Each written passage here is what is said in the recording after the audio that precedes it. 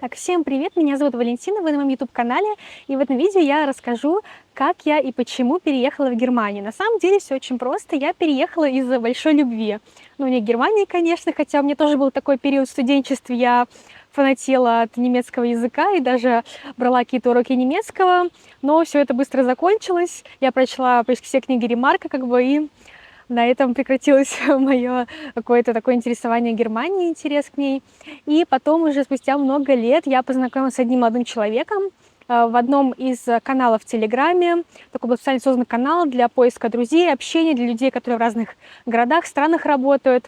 Вот, и, в общем, и там я познакомилась с молодым человеком по имени Артур, который в будущем уже стал моим мужем, и который на тот момент уже проживал в Германии более 5 лет. Вот сейчас он уже имеет немецкий паспорт, гражданин, бюргер, грубо говоря. Вот. А на тот момент он здесь работал в научном институте, научным сотрудником. И, в общем, мы познакомились, как-то у нас все завязалось. Сначала он ко мне приехал через месяц после знакомства, а потом уже через 3 месяца я отправилась в Германию. И эта история, на самом деле, немножко такая интересная и опасная, потому что до этого я никогда не бывала за границей, не считая стран СНГ. Я не бывала нигде, там, не знаю, ни на отдыхе в Турции, ни в Европе, никогда никуда не выезжала. Да что тут говорить, я свой первый загранпаспорт получила только в 25 лет, представляете? И вот свершилась моя первая поездка за границу. Я не знала ни английского, ни немецкого, ничего вообще не знала.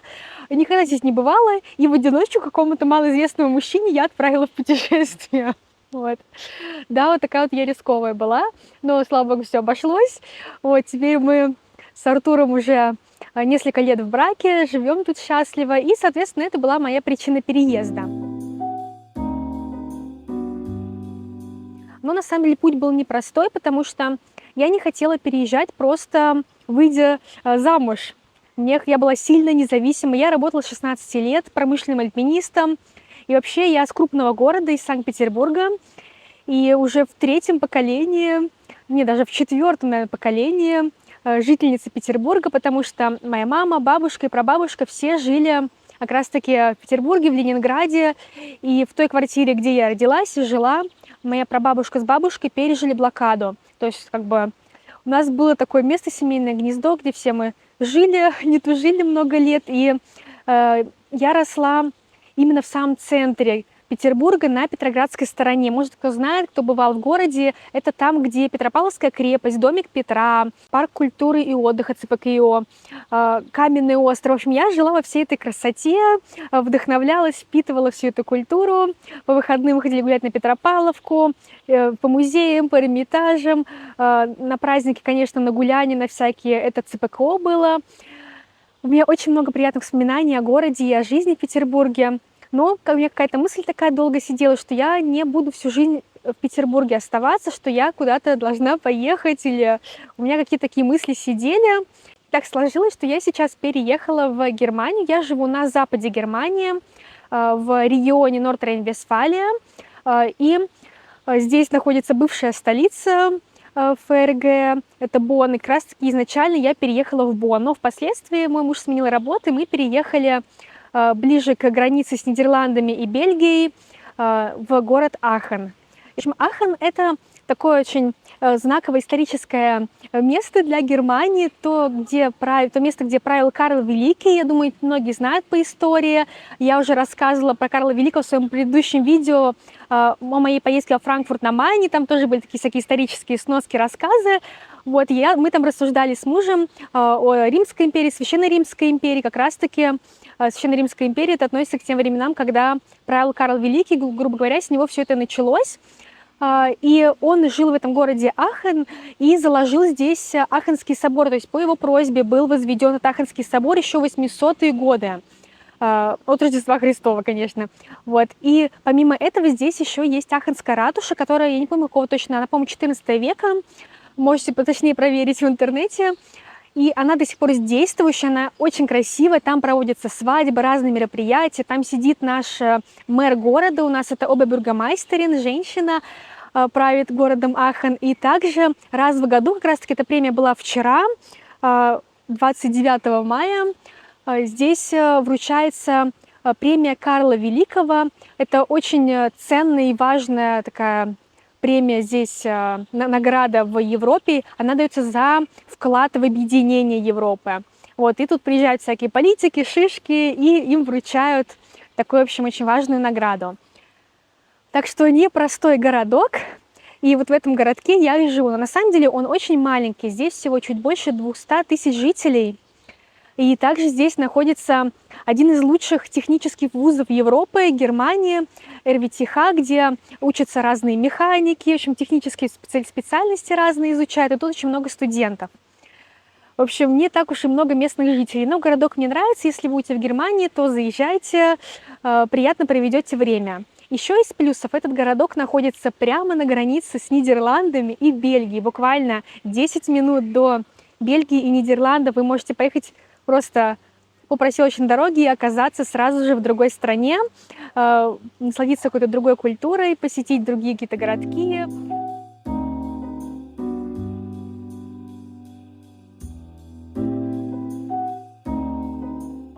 В общем, я познакомилась со своим мужем уже около 6 лет назад. Да, время летит, конечно, очень быстро.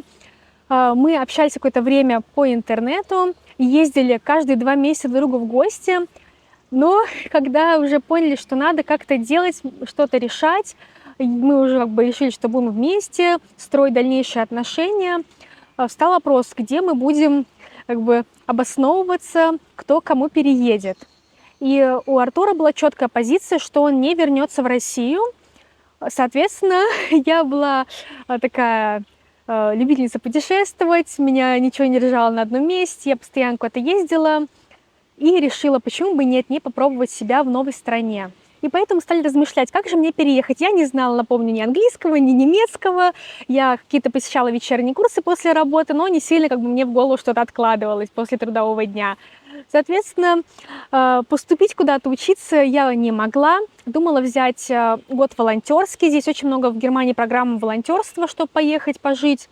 Но тогда был вариант, что меня поселят в какой-то другой город, другой регион. Тогда смысл мне вообще переезжать, если мы будем жить, как говорится, в разных местах. И тоже будет проблематично встретиться. Стали думать, размышлять, и тогда решили взять мне просто на полгода языковой курс, чтобы я могла здесь, в Германии, находиться легально в течение этого времени. Да, такая возможность есть. Курс, по-моему, от полугода до года. Мы взяли на полгода, купили курс здесь в немецкой школе, и я поехала благополучно в Россию оформлять документы. Но не тут-то было, потому что это был январь, уже конец января 2020 года. Мы все помним, что же случилось в 2020 году. Началась пандемия коронавируса. И я застряла в России, пока ждала визу, практически на год.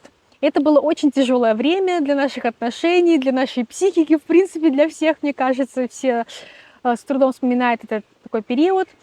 И вот практически год ожидания я провела в России на чемоданах. Это было очень стрессово, потому что я не понимала, когда мне придет ответ. Вроде по новостям говорили, вот какие-то ограничения снимаются, потом опять ужесточаются. Соответственно, в неопределенности жить безумно тяжело, я думаю, вы это понимаете. И вот за несколько дней до католического Рождества мне звонят из немецкого консульства и говорят: приезжайте, документы готовы. Это был их последний рабочий день в том году. И я была безумно рада. У меня в течение часа, даже меньше, я взяла такси, прыгнула и помчалась за получением визы. Получила ее, была безумно рада и купила сразу же билеты в Германию, пока была возможность, и границы были открыты. Конечно, в те времена очень жестко контролировалось. Я летела в полупустом самолете. В общем, все было так немножко тяжело, долго пришлось доказывать, все документы собирать, уже было быть распечатано. Много кого вообще не сажали на рейс. Вот, но меня посадили, я отправилась в этот момент послабления в Германии, прилетела сюда, должна была пойти в школу на занятия, но занятия перевели в онлайн-формат, потому что опять все схлопнулось из-за новых заражений, из-за увеличения числа заболевших. Я осталась благополучно на домашнем обучении, но уже в Германии, слава богу, то, чего мы добивались, мы остались вдвоем. Тогда еще с моим парнем, с которым были не так долго знакомы. Соответственно, были притирки в этой маленькой квартирке. Он работал из дома, я училась из дома. Это было сложно, но мы справились, и через полгода такой, в общем, жизни, решения каких-то конфликтов, мы поняли, что раз мы это пережили, карантин, коронавирус вдвоем, то можно строить дальнейшие отношения. Мы стали задумываться о свадьбе. И мы приняли решение, что пора подавать документы, заявления на вступление в брак. Но так как из Германии было сложно уехать в Россию, могли опять закрыться границы, у мужа здесь вид на жительство, если он не будет находиться в стране более полугода, то его вид на жительство аннулируется. Соответственно, он не мог выехать из страны, а я уже здесь находилась, и мы съездили, подали документы в российское консульство в Бонне. Оно здесь крупнейшее, по-моему, в Германии это консульство. Подали мы там документы и стали ждать. Ждать нужно было по-моему, до августа, первая дата у нас была. Но тут случились новые приключения и травлы. Я прилетела благополучно в Россию для того, чтобы податься на визу невесты. Многие, наверное, может, видели в интернете, по телевидению была эта передача даже по TLC «Виза невесты». И вот мне нужно было оформить точно такую же визу невесты для того, чтобы здесь сыграть свадьбу в Германии. Но не тут-то было. Я собрала все документы, пришла их подавать в консульство, и тут меня огорошили, что, оказывается, нельзя мне как невесте поехать, потому что мы будем расписываться в российском консульстве, грубо говоря, на территории России. Если бы мы расписывались в немецком ЗАГСе, то тогда мне там выдали бы специальную бумажку, и тогда бы мне выдали эту визу. Соответственно, мне пришлось подавать документы на другую визу, на обычную туристическую. Кстати, это мне посоветовал консул. Он говорит, что так не делается, так делать нельзя, не рекомендуется, но в моем случае других вариантов не было. Я оформила обычную туристическую визу, и на тот момент у нас дата уже перенеслась на октябрь. И за пару недель до свадьбы я полетела в Германию. Расскажу, как это все было. В консульстве нам предложили, вы хотите официальную торжественную роспись, либо просто прийти, подписать и уйти. Мы такие, конечно, торжественно, это моя первая свадьба, впервые выхожу замуж. Мой муж тогда, еще парень, жених, позвал своих немецких друзей. У меня здесь не было ни друзей, ни знакомых в Германии, только с его стороны были гости. И в назначенную дату мы приехали, я сейчас приложу фотографию, я в красивом платье, заказали здесь Артуру костюм итальянский, пошили по нему. Такие красавчики, приехали, и нас заводят в каморку. Просто это была жуткая каморка. Я думаю, сейчас вот на видео будет видно, что, во-первых, это еще не были сняты ограничения по коронавирусу. Мы были сначала в масках, нам потом дали снять их. Это была микрокаморка, сзади на стене висел флаг России, на шкафах каких-то лежала туалетная бумага, еще что-то. Зашли сотрудники консульства, включили марш Мендельсона на телефоне и произнесли какую-то речь двухминутную по-русски. По-немецки сотрудники не разговаривали, хотя это странно, они живут прямо как бы в центре Германии. Гости, соответственно, ничего практически не поняли, но ничего. В общем, мы расписались, все, вся процедура заняла буквально 5 минут, нам зачитали что-то, мы подписали документы, и все, и нас отпустили. И на этом наша свадьба закончилась. Потом поехали в небольшой суши-ресторанчик отметить. И здесь тоже немножко такой фейл, провал, о котором мой муж вообще не любит вспоминать, потому что в дневное время почти все рестораны в Германии, особенно там в первую половину дня, они все закрыты. И все торжества, они проводятся вечером, либо надо бронировать весь ресторан. У нас было всего 6 человек, и для такого количества людей бронировать ресторан было нецелесообразно. И нам пришлось просто какой-то, грубо говоря, какой-то кафешки праздновать. Это грустно вспоминать, но что было, то было. И вот так вот мы стали мужем и женой, и тогда у меня появился легальный статус для переезда в Германию. Но и на этом все не закончилось, если вы думали, что все, можно выключать видео. После этого я отправилась в Россию для того, чтобы мне оформить визу невесты. Да, каждый раз, чтобы поменять статус здесь, получить новую визу, мне нужно было отправляться обратно в Россию. Но тогда еще летали прямые самолеты, и это было сделать легко, буквально 1,5-2 часа на самолете и прямой перелет прямо в Петербург. Прилетев, я стала оформлять документы, пришла за переводом для свидетельства о браке, и оказалось, что нам забыли поставить печать в консульстве в свидетельстве о браке. И это просто бумажка без какой-то, не знаю, юридической силы, потому что не забыли эту печать. сколько стресса и нервов нам пришлось потратить на все это. Пришлось срочным письмом отправлять это все в Германию. Здесь Артур помчался в консульство, поставили печать, отправил мне обратно. Тоже срочным все это письмом, конечно, это стоило тоже таких нормальных денег. И я оформляла все эти документы, занималась всем. И в какой-то момент я попала с коронавирусом в больницу. Да, вот так все было несладко.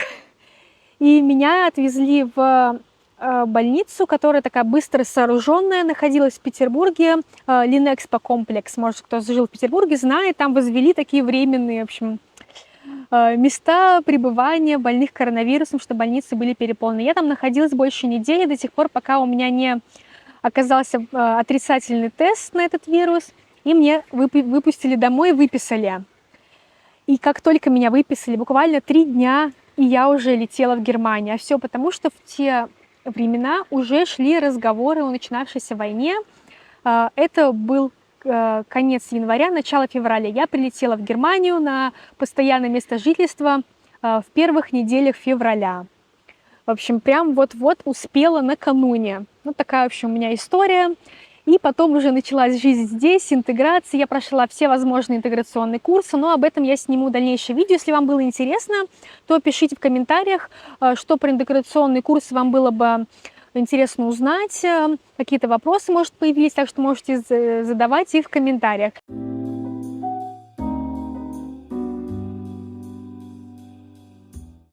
И вот спустя 5 лет, как я познакомилась с мужем, спустя 3 года жизни в Германии, в принципе, у меня все хорошо. У меня уровень немецкого B2. Я работаю здесь модебираторин, достаточно в крупном таком сетевом мультибрендовом магазине. Консультирую каждый день покупателей, общаюсь на немецком. Так что жизнь цветет и пашет. И, в принципе, я уже интегрировалась, нашла круг общения. И никуда больше пока не собираюсь из Германии. Буду обживаться здесь дальше. И сейчас предстоит еще один очень большой, серьезный шаг в нашей жизни. Мы будем менять место жительства, переезжать, но об этом я уже расскажу чуть позже. Будет много видео про ремонт, про обустройство, про сад, огород, так что подписывайтесь, если вам это интересно, про покупку дома в Германии, про ипотеку в Германии, про все эти кайфовые финансирования. Все это я буду рассказывать уже впоследствии в дальнейших видео. В общем, надеюсь, вам было не очень скучно и интересно. Моя причина переезда в Германию очень проста. Можно было вложиться в одно предложение. Я встретила молодого человека, мы полюбили друг друга, поженились, и я переехала. В принципе, на этом все. Но я решила рассказать вам всю историю, все подводные камни, которые возникали. Если у вас, кстати, есть вопросы по поводу оформления визы, либо чего-то такого, то пишите в комментариях, я всем поделюсь, подскажу. И еще один такой маленький факт о том, что документы, оформленные в консульстве, они не подлежат апостилю, то есть не нужно ставить апостили. Вот с этим мы столкнулись с проблемой в Германии, потому что здесь, насколько вы знаете, очень жесткая бюрократия, спрашивают за каждую бумажку. И меня 3 раза отсылали из Безиркsamta, когда я пыталась зарегистрироваться по месту жительства, они не хотели регистрировать наш брак из-за того, что они не знали сами этого закона. Но по Гаагской конвенции все документы, выданные консульством, все, которые входят в эту конвенцию Гаагскую, а их, по-моему, около 190 или 200 стран, эти документы, они не подлежат апостилю, проставлению апостиля, наверное, так, или апостилированию. В общем, не знаю, как правильно, но я думаю, что вы меня поняли. В общем, всем спасибо за просмотр. Подписывайтесь на канал, ставьте лайки. И до скорых встреч. Пока!